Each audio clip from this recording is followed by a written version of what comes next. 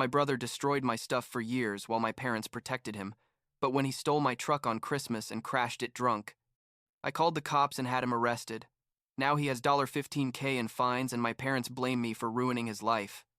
I'm 21 years old, work at a logistics company doing night shifts, and I need to tell this story because what happened at Christmas was basically the straw that broke the camel's back after years, literal years, of putting up with my brother Derek's shit and watching my parents protect him every single time. I guess I should start at the beginning. When we were kids, because this isn't something that happened out of nowhere, you know what I mean? This had been building since I can remember.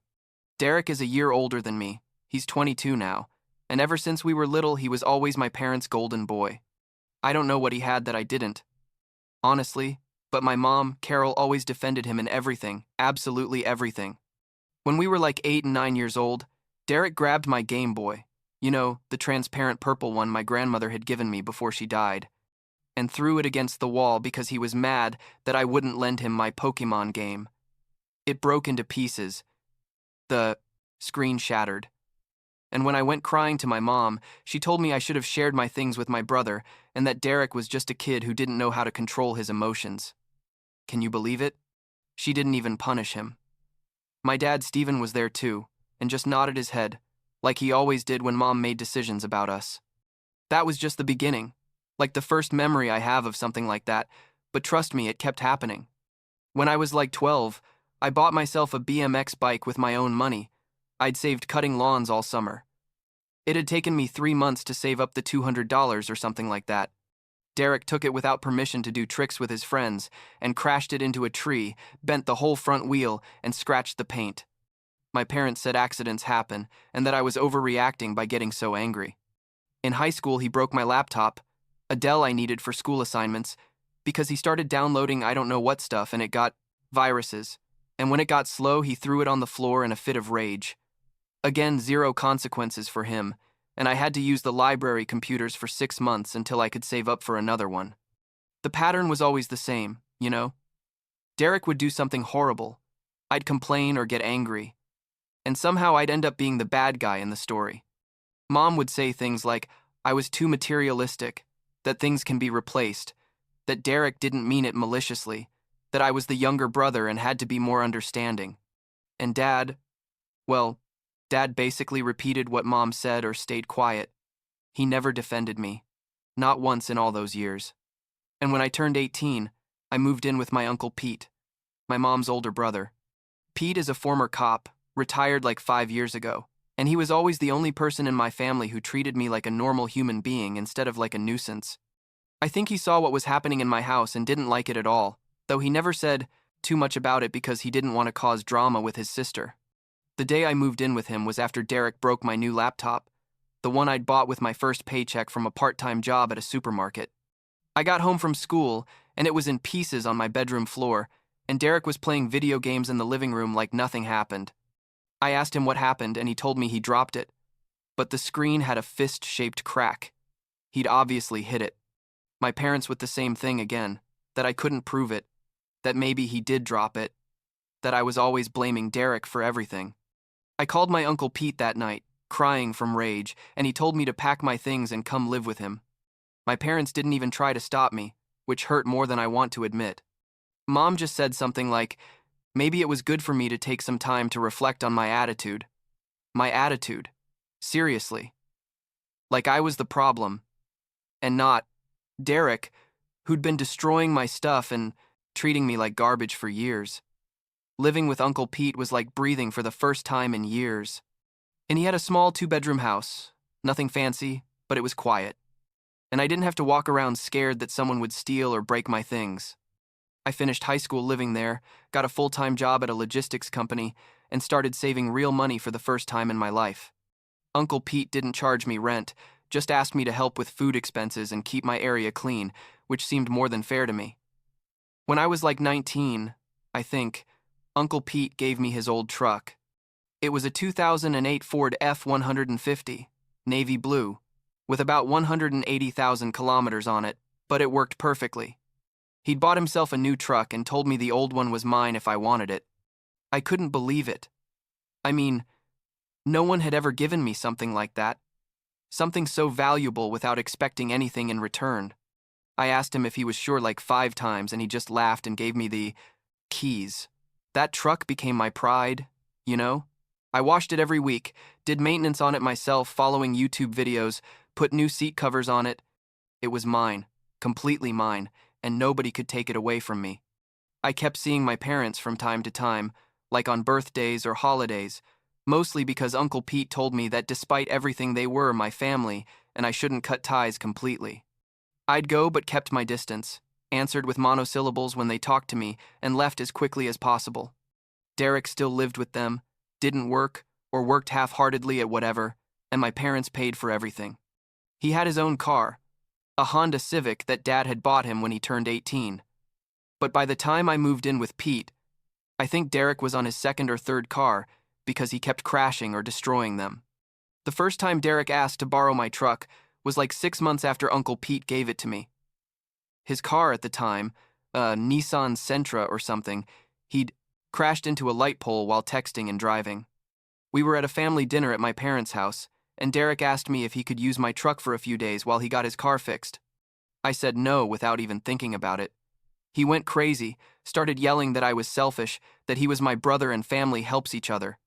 Mom got involved immediately, saying please consider helping my brother in a difficult time, and Dad said something about how an old truck shouldn't be more important than family. I told them no, that it was my truck, and I knew perfectly well Derek's history with taking care of other people's things. I mean, my things specifically. I left before the situation got worse, and for the next 2 weeks, I got calls and text messages from my parents telling me I was being ridiculous and that this showed how selfish I'd become living with Pete. Uncle Pete told me I'd done the right thing. That truck was mine and I didn't have to lend anything to someone who'd never respected my belongings. Now, here comes the part where everything really went to hell. This was like 3 months ago, last Christmas. I'd gone to my parents' house for Christmas dinner, basically forced by Uncle Pete, who insisted I should maintain at least minimal contact with my family. Derek was there, of course, still living with Mom and Dad at 22 years old without paying rent or anything. His car situation had gotten worse, like he'd crashed his 4th or 5th car. I wasn't even keeping count anymore, and now he didn't have one. My parents let him use my mom's car, but only to go to work, and that's when he was working because Derek spent more time unemployed than employed. During dinner, everything seemed relatively normal, or what passed for normal in my dysfunctional family. We ate turkey, opened some gifts. Derek got like $500 cash from my parents while I got a card with $50 and some socks. Typical. I stayed until like 9 at night, thinking I'd fulfilled my family duty and could leave. I went to the bathroom before leaving, and when I came back, my truck keys weren't where I'd left them, on the entry table. I asked everyone if they'd seen my keys. Mom said no, Dad said no, and Derek wasn't in the living room. I went outside and my truck wasn't there. That son of a bitch had stolen my keys and taken my truck. I went back inside, already furious, literally felt like I was going to explode, and yelled at my parents asking where Derek was. Mom said he'd gone out to see some friends and would be back soon. I said he'd stolen my truck, and she had the nerve to say he'd probably just borrowed it and I was overreacting as always. I stayed waiting at my parents' house, texting Derek, who never answered. Around midnight, my truck still hadn't come back, so I called the police to report a stolen vehicle. The officer who answered asked if I had any idea who might have taken it, and I told him my brother had stolen it with a duplicate key because the explanation was he'd made a copy at some point. The officer said he'd send a patrol and that in the meantime I should stay in contact. My parents went crazy when I told them I'd called the police. Mom started crying, saying, "How could I do that to my own brother? That Derek just needed the car for one night, that I was always looking for ways to get him in trouble." Dad told me I was taking things too far, and this was a family matter that shouldn't involve the authorities. I told them Derek had stolen my vehicle. That was a crime, and after years of putting up with his shit, I was done. I left and went back to Uncle Pete's house to wait for news. Around 2 inches the morning, I got a call from a police officer. He told me they'd found my truck, crashed into a snowbank on a rural road on the outskirts of town, and Derek was detained at the scene. I asked if my truck was badly damaged, and the officer said I'd have to see it myself, but there was considerable damage to the front. My heart sank. You. No? That truck was the only thing I really felt was mine, and Derek had destroyed it like he destroyed everything else. I got to where the truck was with Uncle Pete, who insisted on coming with me. My Ford was against a snowbank, with the whole front dented. The windshield had a huge crack, and one of the tires was flat. Derek was in the back of a patrol car, handcuffed. The officers told me Derek had been driving drunk, that he'd lost control on a curve, and when they checked him, they discovered his license was suspended for a previous DUI. I didn't even know he'd had. They also confirmed the truck was registered in my name, and Derek didn't have permission to use it. They told me Derek was going to be arrested for DUI, driving with a suspended license, reckless driving, and vehicle theft. Uncle Pete squeezed my shoulder and told me I'd done the right thing, that this had to happen eventually. A truck was towed to a shop, and I went back to Uncle Pete's house, feeling a mix of rage and something like relief. I don't know how to explain it. My parents bailed Derek out the next day, using borrowed money from I don't know where, and emptying part of their retirement funds. They called me like 20 times that day, leaving voicemail messages full of screaming and crying, saying I destroyed Derek's life. How could I be so cruel to my own brother? That family doesn't treat each other like this. I didn't answer any calls. Uncle Pete answered one and told them to stop harassing me, that Derek had committed multiple crimes and the consequences were his responsibility and nobody else's. The charges against Derek went forward. Turns out with the record he had and all the new charges, he was looking at jail time, enormous fines, and his license suspended for years. My parents hired a lawyer that cost them thousands of dollars they didn't have. Derek eventually reached a deal with the prosecution where he wouldn't go to jail, but had to pay like $15,000 in fines and court costs. Do community service. Attend defensive driving and DUI classes, and his license would be suspended for 3 more years. While all this was happening, I had to deal with insurance and getting my truck repaired. The shop told me the damages added up to like $4,000, but thank God my insurance covered most of it because it was classified as theft. I still had to pay $500 deductible. Money Derek was obviously never going to pay me back. The truck got repaired, but it was never the same. You know what I mean? Every time I saw it, I thought about what had happened. Derek got a job delivering pizzas, the only job he could have without a license because they let him use a bicycle or electric scooter. He made peanuts, and his whole paycheck went to paying his debts to the court. My parents kept paying for everything else: food, roof, his cell phone, everything. And they still had the nerve to call me from time to time asking me to help them financially or to forgive Derek. About 2 months after all the Christmas drama, Derek sent me a text message.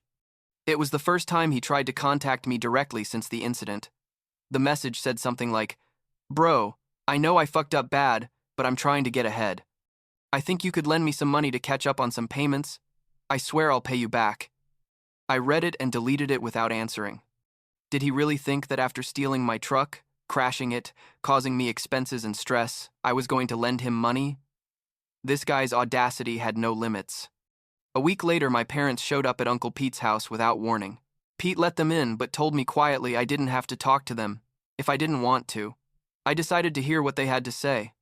Basically, they came with the story that Derek was in a very difficult situation, that he needed family support, and if I could find it in my heart to forgive him, and maybe help him financially or even let him live with me for a while so he could save money. Yeah, you read that right. They wanted Derek to live with me after everything. I told them no, absolutely not. That Derek had faced 0 consequences his whole life for his actions, and it was time he learned. Mom started crying, saying I was her son, and she didn't understand how I'd become so cold and cruel. Dad said family is supposed to support each other in difficult times, and I was turning my back on my brother when he needed me most. Uncle Pete intervened and told them that was enough, that I'd made my position clear, and they had to leave. He also told them Derek was an adult who'd made adult decisions, and Ryan had no obligation to rescue him. That was basically the last time I talked to my parents in any meaningful way. Since then, they keep calling me every so often, leaving voicemail messages I delete without listening. I blocked Derek on all social media and on my cell phone. Uncle Pete keeps me informed from time to time about how things are going with them, not because I ask, but because he thinks I should know. According to him, Derek still lives with my parents, still delivers pizzas, and is still a mess. My parents are still angry at me and tell anyone who'll listen that I'm the selfish son who abandoned his family in a time of crisis. The truth is, I don't care anymore what they think. I realized I spent the first 18 years of my life being my family's scapegoat, the one who always had to give in, the one who always had to be understanding, the one who never mattered as much as Derek. And when I finally set boundaries and said no more, suddenly I was the bad guy. But you know what? I'm better off without them. I have my job, I have my truck, even though it's a little beat up. I have Uncle Pete, who's more of a father to me than Steven ever was. And I have peace. I don't have to worry about someone stealing or destroying my things. I don't have to listen to how they blame me for reacting to Derek's abuse. I don't have to pretend we're a functional family when we clearly never were. Sometimes I wonder if I should have handled things differently, if maybe I was too harsh calling the police that Christmas night. But then I remember the Game Boy, the bicycle, the laptops, all the years of my parents ignoring me and protecting Derek while he did whatever he wanted without consequences. And I remember that no, I wasn't too harsh, that Derek needed to face real consequences for the first time in his life, and I didn't have to keep being his victim just because we share blood. Uncle Pete told me recently he's proud of me, that it wasn't easy to do what I did, but it was the right thing. He says, many people don't have the courage to set boundaries with toxic family, and I did it when it mattered most. I don't know if that's true or if he's just trying to make me feel better, but it feels good to hear it anyway. Last week, I was driving my truck back from work. It was like 6 inches the morning after my night shift, and I drove past the place where Derek crashed it, that Christmas. The snowbank wasn't there anymore. Obviously. It's almost March now. But I recognized the spot by the trees and the curve in the road. For a second, I felt that rage again. That anger, thinking about everything that happened.